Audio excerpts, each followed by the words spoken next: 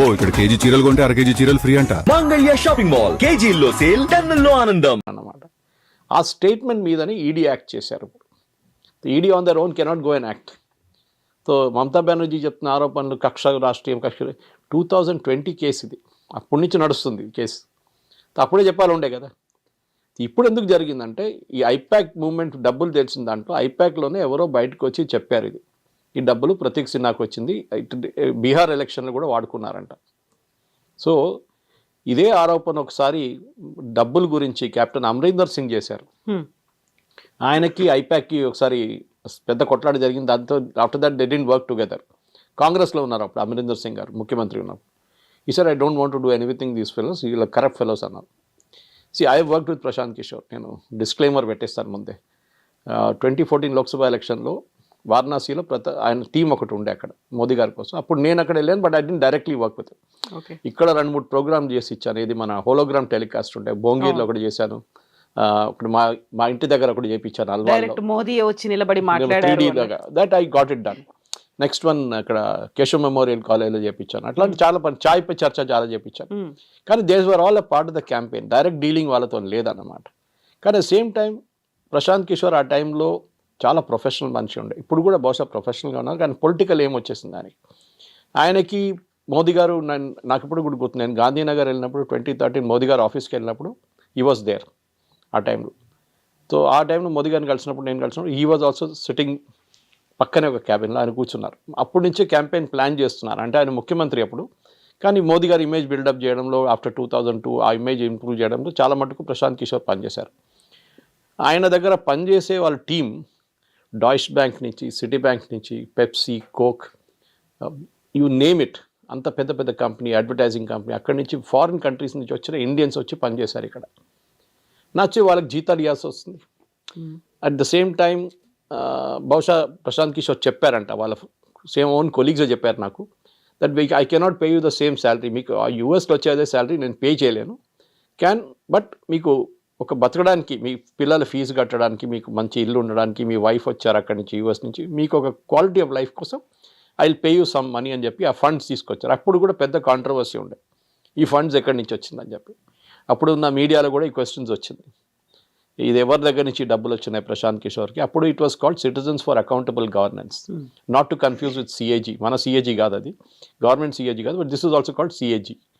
దాని తర్వాతనే ఆఫ్టర్ మోదీ గారితో స్ప్లిట్ అయిన తర్వాత, ఎందుకంటే ఎలక్షన్ అయిన తర్వాత మోదీ గారు కలిసినప్పుడు 2014 ప్రశాంత్ కిషోర్ చాలా పెద్ద స్టేట్మెంట్లన్నీ ఇవ్వడం మొదలుపెట్టారు. నేనే చేయించాను, నేనే, మోదీ గారు నాతోనే కలిసారు, చాయ్ పై Charcha was my idea. Yes, correct, it was his idea, no doubt about it.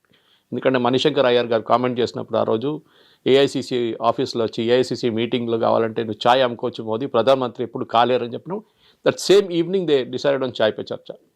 Hologram telecast also same thing, but first day fail అయింది. నాకు ఇప్పుడు కూడా భోంగీర్లో ఇంద్రసేన్ రెడ్డి గారు ఉన్నప్పుడు టెలికాస్ట్ శాటిలైట్ ప్రాబ్లంతో ప్రాబ్లం వచ్చింది ఆల్ ఓవర్ ద కంట్రీ.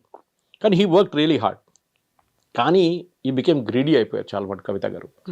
ఒకసారి డబ్బులు చూసిన తర్వాత మనిషికి పిచ్చి పట్టేస్తుంది, ఇంకా డబ్బులు అని చెప్పేసి. అండ్ పొలిటికల్ అంబిషన్ కూడా వచ్చేసింది. ఆయన క్యాబినెట్ పోస్ట్ కావాలని చెప్పి ఒక రూమర్ ఉండే ఆ టైంలో, నిజం అనుకుంటాను నేను. క్యాబినెట్ పోస్ట్ కావాలని చెప్తే అమిత్ షా గారు రిజెక్ట్ చేశారంట. కాదు, దిస్ ఇస్ బీజేపీ, మా దగ్గర 30 సంవత్సరాల నుంచి పనిచేసేటోళ్ళు కార్యకర్తలు ఉన్నారు, వాళ్ళకి ఫస్ట్ ప్రిఫరెన్స్ ఉంటుంది, మీరు మొన్న వచ్చారు, you do your work, we will support you, కానీ క్యాబినెట్ పోస్ట్ ఏమి ఇవ్వమని చెప్పారు. దాంతోనే ఆయనకి మోదీ గారికి స్ప్లిట్ అయిపోయి then he started working for other parties. దాంట్లో మనకు తెలిసిన స్టాలిన్ కోసం, డిఎంకే కోసం పనిచేశారు ఇక్కడ.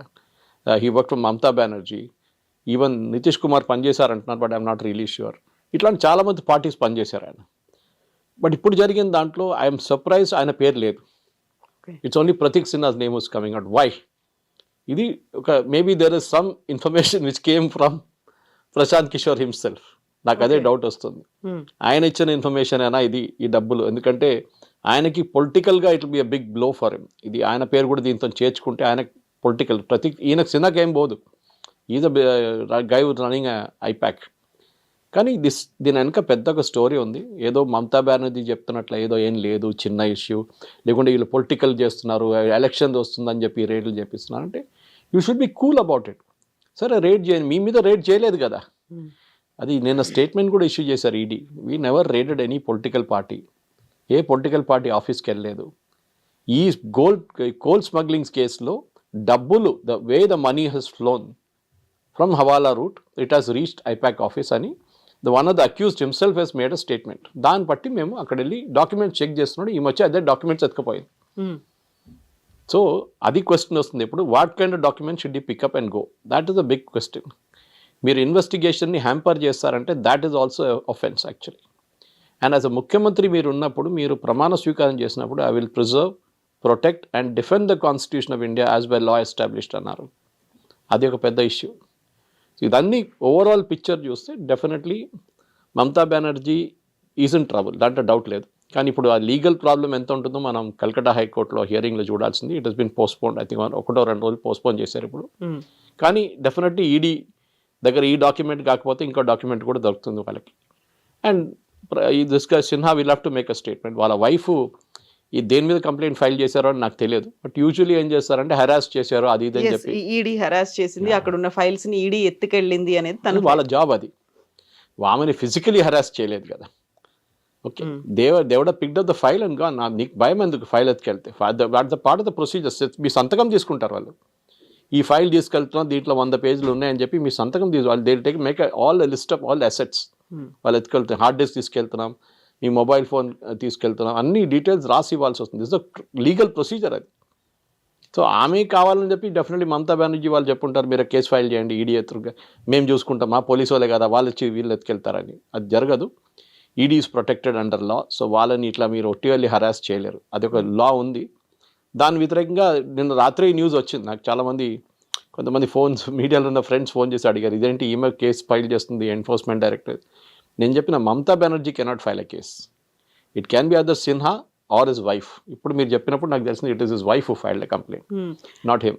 బట్ మమతా బెనర్జీకి ఐపాక్ మీద ఎందుకంత నమ్మకం, అంత డిపెండ్ అయ్యేటువంటి పరిస్థితి ఏంటి అసలు? యాక్చువల్గా ఎవరైతే ఎస్టాబ్లిష్ చేశారో ప్రశాంత్ కిషోరే వెళ్ళిపోయారు, ఇన్ని పార్టీలకు వర్క్ చేశారు, బట్ జనసురాజ్ పార్టీ బీహార్లో ఘోరంగా ఓడిపోయింది. అసలు హీ కుడ్ నాట్ పర్ఫామ్. అలాంటి కండిషన్లో ఐపాక్ మీద అంత డిపెండ్ అయ్యేటువంటి పరిస్థితి, అంత నమ్మకం ఎందుకు పెట్టుకుంది తను? ఐ థింక్ మమతా బెనర్జీకి ఇప్పుడు చాలా అవసరం ఐపాక్. ఎందుకంటే ఇంగ్లీష్లో మేము స్లైస్ అండ్ డైస్ అంటాం స్టాటిస్టిక్స్లో. ఒక కాన్స్టిట్యున్సీలో 30,000 నుంచి 40,000 ఓట్లు వెళ్ళిపోతే they been removed from the rolls అంటే అది ఏ పార్టీ గెలిచిందో వాళ్ళకే problem. Last time Mamata Banerjee TMC party, if my memory serves me right, 215 సీట్లు గెలిచారు వాళ్ళు. 215-17. బీజేపీకి 77 వచ్చినాయి. వీళ్ళిద్దరికి 0. మిగతా చిన్న చిన్న పార్టీలకి ఏదో వచ్చినా కానీ the major part went to these 2. ఇప్పుడు 30,000 నుంచి 50,000 ఓట్లు ఎస్పెషల్లీ కల్కటా చుట్టుపక్కల ఉన్న ఏరియాస్ నుంచి వెళ్ళిన ఓట్లు మనకి ఇప్పుడు కనిపిస్తుంది. ఇంకా ఈ నెక్స్ట్ లెవెల్లో దాంతో హియరింగ్ తర్వాత ఇంకొక 50 లక్షల మంది తీసేస్తే దెన్ ఈ 75 ఉన్న సీట్లు బీజేపీది పెరిగి మినిమం 120కి వస్తుంది. అక్కడున్న 2015 తగ్గి 140కి వస్తుంది, లేకుంటే 130కి వస్తుంది. So it will B touch and go. ఇక్కడ మమతా బెనర్జీకి ఐపాక్ పనికి వస్తుంది. ఐపాక్ వాళ్ళ వర్కింగ్ కల్చర్ చాలా బాగుంది. దాంట్లో it does no dispute on that.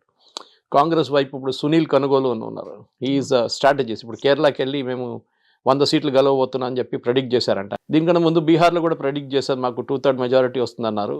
తేజస్వితోనే రాలేదు అక్కడ. హర్యానా గెలిచేసామని చెప్పారు, అక్కడ ఓడిపోయారు. So Sunil Kanugolu is trying to replicate Prashant Kishor, కానీ he is not succeeding in that. ఆయనకు ఒకటే అడ్వాంటేజ్ ఏంటంటే is very close to Rahul Gandhi. So ఎవరు ఆయన ఏమన్నారు, ఆయన ఎంత 200 సీట్లు గెలుస్తా అంటే కూడా ఎస్ అని చెప్తారు అక్కడ. సో ఈ పరిస్థితుల్లో now Mamata Banerjee is dependent on Prashant Kishor. ఎందుకంటే ప్రతి కాన్స్టిట్యున్సీలో కవిత గారు ఎలక్షన్ ముందట్లాగా కాదు ఇప్పుడు. ఎస్పెషలీ లాస్ట్ 15 ఇయర్స్లో ఎలక్షన్ చాలా మటుకు మారిపోయింది. 15 సంవత్సరాల్లో యంగ్ ఓటర్స్ని అట్రాక్ట్ చేయడం చాలా డిఫికల్ట్ అయిపోతుంది. వాళ్ళు టీవీ చూడరు, పేపర్ చదవరు. మీరు ఏ మీడియంకి వెళ్ళినా కానీ సోషల్ మీడియాలో భాష కొంచెం ఉంటారు, ఇన్స్టాగ్రామ్లో ఉంటారు వాళ్ళు. సో వాళ్ళని అట్రాక్ట్ చేయడం అంటే చాలా మటుకు ఇట్లాంటి ఏజెన్సీస్ మీకు కావాల్సి వస్తుంది. వాళ్ళు టిపికల్ అడ్వర్టైజింగ్ లాగా క్యాంపెయిన్స్ డెవలప్ చేస్తారు. ఆ క్యాంపెయిన్ కూడా మైన్యూట్లీ టార్గెట్ చేస్తారు వాళ్ళు. ఫర్ ఎగ్జాంపుల్ ఐటీ సెక్టర్లో ఉన్న వాళ్ళు ఐటీ సెక్టర్ ఆ ఇష్యూస్ పెట్టి ట్యాకిల్ చేస్తారు. ఫార్మాలో పనిచేస్తున్న వాళ్ళు ఫార్మింగ్ కమ్యూనిటీలో ఆర్గానిక్ ఫార్మింగ్ చేస్తున్న చాలామంది చదువుకున్న వాళ్ళు వాళ్ళు టార్గెట్ చేస్తారు సపరేట్. అన్ఎంప్లాయిడ్ని ఇంకో రూట్లో టార్గెట్ చేస్తారు. సో ఈ స్లైసింగ్ అండ్ డైసింగ్లో వీళ్ళు Prashant Kishor team is very good. వాళ్ళ call centre operations is even excellent, చాలా బాగా చేస్తారు వాళ్ళు. సో బహుశా ఇప్పుడు మమతా బెనర్జీకి వీళ్ళు కావాలి ఇప్పుడు మోర్ దెన్ వాట్. దానికోసం ఆమె నిన్న ఇచ్చిన స్టేట్మెంట్ తర్వాత నేను కూడా సర్ప్రైజ్ అయిపోయాను. 2019లో మా కోసం పనిచేశారని చెప్పిన వాళ్ళు 2025లో మమతా బెనర్జీ పార్టీ ఫైల్స్ ఎందుకు పెట్టుకున్నారు? సో పాసిబ్లీ ఆమె కాంట్రాక్ట్ రిన్యూ చేసుకుని ఉంటుంది ఇప్పుడు 2026 ఎలక్షన్స్ కోసం. She would renewed the contract with I-PAC. అదే that is only reason I see. ఎందుకంటే ఆమె చెప్తుంది కదా క్యాండిడేట్ లిస్ట్ ఉంది వాళ్ళ దగ్గర అని. అంటే ఆబ్వియస్లీ క్యాండిడేట్ లిస్ట్ డిసైడ్ చేశారు, అట్లీస్ట్ టెంటేటివ్ లిస్ట్ డిసైడ్ చేశారు, అది ఐపాక్ దగ్గర ఉండిపోయింది. ఐపాక్ వాళ్ళు స్ట్రాటజీ డెవలప్ చేస్తున్నారు. ఈ క్యాండిడేట్ని అక్కడ వెళ్ళి ఆ కాన్స్టిట్యున్సీలో వెళ్ళి వాళ్ళు సర్వేలు చేస్తారు. ఇప్పుడు 5 క్యాండిడేట్ మమతా బెనర్జీ పేర్లు ఇస్తే 5గురి పేరు తీసుకొని కాన్స్టిట్యున్సీలో వెళ్ళి ఒక సర్వే 50,000 మందిని కాంటాక్ట్ చేస్తారు. ఈ క్యాండిడేట్ని మీరు ఈ 5 మంది ఉంటే మీరు ఎవరికి ఓటేస్తారు టీఎంసీలో అంటే వాళ్ళు చెప్తారు XYZ. అది బట్టి వాళ్ళు వచ్చి మళ్ళీ మమతా బెనర్జీకి ప్రజెంటేషన్ చేస్తారు. ప్రతి కాన్స్టిట్యున్సీలో we'll popular then she will take a call on that. అది బహుశా చేస్తున్నారు. ఆ డీటెయిల్స్ ఈ లిస్ట్లో ఉండిపోయింది. అదే ఆ గ్రీన్ ఫైల్ తీసుకొని ఆమె బయటకు వచ్చింది నిన్న. పాసిబుల్లీ ఆ గ్రీన్ ఫైల్లో ఆ డీటెయిల్స్ ఉండే నిన్న క్యాండిడేట్ లిస్ట్. అది భయపడుతున్నారు. ఆ క్యాండిడేట్ లిస్ట్ గట్రా బీజేపీ దగ్గర వెళ్ళిపోతే వీళ్ళు గుంజుకుంటారు అటువైపు అని చెప్పి భయం ఉండొచ్చు. So I think she's dependent, దాని డౌట్ లేదు. ఎందుకంటే వాళ్ళ పార్టీ ఇన్ఫ్రాస్ట్రక్చర్ అనేది లేదు వాళ్ళ దగ్గర. She and her nephew Abhishek Banerjee వీళ్ళిద్దరే ఉన్నారు. ఆమెకి అభిషేక్తోని కూడా ఏదో డిఫరెన్స్ ఒపీనియన్ ఉందని చెప్పి కల్కటాలో ఉన్న కొన్ని బెంగాలీ న్యూస్ పేపర్స్ రిపోర్ట్ చేస్తున్నారు. దీనికన్నా ముందు కూడా వీళ్ళిద్దరు నడువిట్లో కొంచెం డిఫరెన్స్ ఒపీనియన్ వచ్చింది. సో దాని తర్వాత మళ్ళీ ఆమె she took him back in to the party. Like same with Mayawati కూడా నెవ్యూ మీద డిపెండెంట్ అయి ఉన్నారు. వాళ్ళిద్దరు ఒకసారి కొట్లాడుకొని మొత్తం సపరేట్ అయిపోయారు, మళ్ళీ రిటర్న్ వచ్చారు ఇప్పుడు. So this election definitely Mamata బెనర్జీకి ఐపాక్ కావాల్సి, ఐపాక్ కాకపోతే ఇంకేదైనా agency, but I'm sure that ఐపాక్తో వాళ్ళకి ఏదో ఒక వర్కింగ్ రిలేషన్షిప్ డెఫినెట్గా ఉంది. సో బీజేపీ మమతా బెనర్జీ పానిక్ అవుతుంది అంటే ఒక మీనింగ్ అనేది ఉంది, బట్ కాంగ్రెస్ అండ్ సిపిఐ కూడా అదే మాట ఎందుకు అంటున్నాయి? ఏం చెప్తారు, బెగ్గర్స్ కాన్ బి చూసర్స్ అంటారు ఇంగ్లీష్లో. అవును, ఓకే, వాళ్ళు ఏం చేసుకుంటారు పాపం, వాళ్ళకి 0 సీట్స్. వాళ్ళ క్రెడిబిలిటీ రావాలంటే బీజేపీని అటాక్ చేస్తే వాళ్ళకి 10 సీట్లు కూడా రావు. ఎందుకంటే బీజేపీ హిందూస్ ఓటు మీద బతుకుతారు వాళ్ళు మోస్ట్లీ. కానీ వీళ్ళ ఓటు ఎవరు? మమతా బెనర్జీ ఇది ముస్లిం ఓట్స్, అది కూడా బంగ్లాదేశీ ముస్లిమ్స్ చాలా మట ఆరోపణ ఉంటుంది ఇప్పుడు. కాంగ్రెస్ కూడా అంతే. So the target is same for all these 3 people. రేపు ఓవైసీ వస్తే ఆయన 4వ మనిషి అయిపోతాడు దీంట్లో బార్గెన్లో. సో ఈ 4 టార్గెట్ చేయాల్సింది ఒకటే ఓటర్. సో ఈమె వాళ్ళ ముందు ఓటర్ ముందు మమతా బెనర్జీని ఒక షేడీ క్యారెక్టర్గా చూపించి మాకు 2 సీట్లు వస్తాయి కదా అని చెప్పి గుంజుకుంటున్నారు అంతే. So attacking your enemies my friend అని చెప్పేటట్లు బీజేపీ అయిపోయింది అనమాట ఇటువైపు. అటువైపు వాళ్ళు డెఫినెట్లీ తృణమూల్ని అటాక్ చేస్తారు, బీజేపీని చేయరు వాళ్ళు. ఎందుకంటే వాళ్ళ ఓటింగ్ పాపులేషన్ అక్కడ లేదు వాళ్ళకి. సో దానికోసం బహుశా ఇవాళ కానీ అధీర్ రంజన్ చౌదరి స్టేట్మెంట్ ఇచ్చారని చెప్తే అది కొంచెం డౌట్ఫుల్. ఎందుకంటే అధీర్ రంజన్ చౌదరికి కాంగ్రెస్ పార్టీలోనే ప్లేస్ లేదు ఇప్పుడు. ఈసారి సీట్ ఇస్తారో లేదో తెలియదు. He was 5 time MP and last leader of opposition. దీనికన్నా ముందు ఉన్న లోక్సభలో even though leader of opposition post లేకుండే, but he was still the leader of Congress in the Lok. కానీ ఈసారి రాహుల్ గాంధీ వచ్చి ఆ టైటిల్ తీసుకెళ్ళిపోయాడు. ఈయనని ఐ థింక్ యూసుఫ్ పఠాన్ ఓడించారు. ఆఫ్టర్ 5 టర్మ్స్ 6 టర్మ్స్లో లోక్సభ ఆయన గెలవలేదు ఈసారి.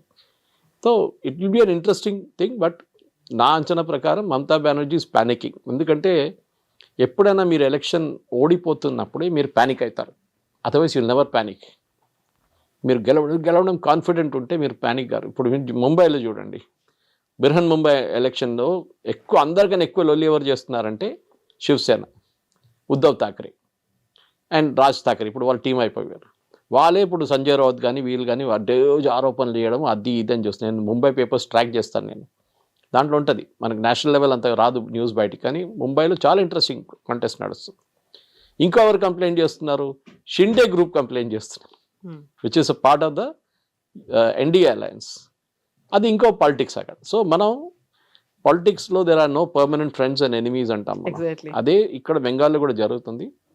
ఇప్పుడు జరిగే దాంట్లో నా అంచనా ప్రకారం it will be very tough contest. If 1 crore ఓటర్స్ని తీసేస్తే బీహార్లో జరిగినట్లనే చాలా మార్పు బెంగాల్లో కూడా రావచ్చు.